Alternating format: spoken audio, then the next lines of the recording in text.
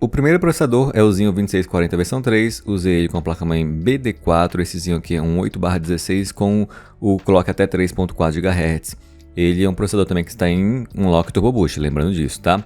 As memórias estão em Quad Channel, são 4 pentes de 8 GB, 1866 MHz L13. O primeiro jogo que eu testei foi o Warzone em Full HD FOV 120, qualidade gráfica alto. O jogo ficou com 1% de load de 55 e a média de FPS mais ou menos na casa dos 90. Para quem ouviu o teste da 6600M com um processador mais forte, que no caso era o Ryzen 7 5700X, nós vemos que ela consegue 140 FPS mais ou menos. Então esse aqui é o temido caso de gargalo entre placa de vídeo e processador, em que a placa pode fornecer mais quadros, mas o processador não pode instruir a placa na velocidade que ela consegue. Só que, mesmo com isso, não significa que a performance ficou ruim. O jogo não ficou travado, no máximo alguns stutterings raros. Então sim, é um gargalo, mas o esperado dentro da proposta do Xeon. Testei também o PUBG em Full HD, escala ali dos gráficos em 100% com qualidade gráfica mais alta. O uso da placa aqui já bate seus 85 a 94%, a média de FPS na casa dos 113. O consumo da GPU já fica na casa dos 90 watts dos 100 que tem de limite, o que indica que sim, a placa também pode mandar mais quadros aqui, mas não está muito abaixo do que um processador mais forte conseguiria. Já colocando o jogo em um perfil mais baixo, a média de FPS fica na casa dos 145. Já fica semelhante aos hertz de monitores mais caros. Eu não vi muitas travadas nesse game, pelo menos nessa parte aqui. Então ficou bem bom até. Melhor do que eu imaginei para um jogo competitivo usando o Xeon. A média de uso da placa fica em torno de 70 a 80%.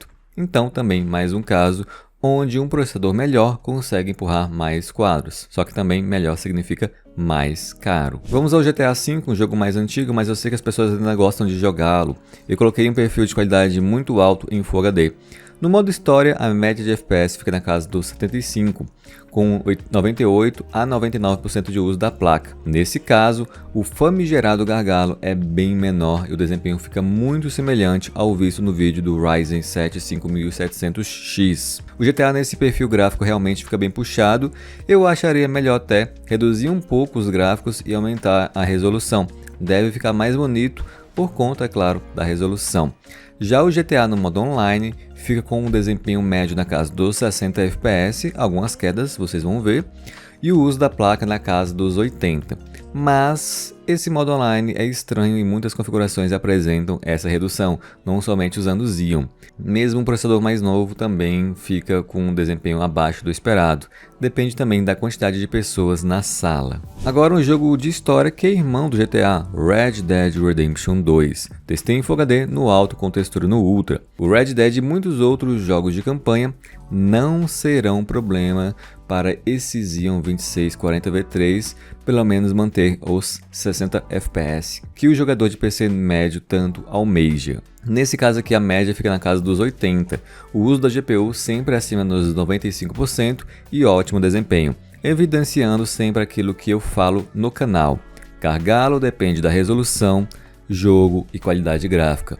O mesmo processador que estava com gargalo no Warzone agora manda muito bem no Red Dead e no GTA usando o modo história.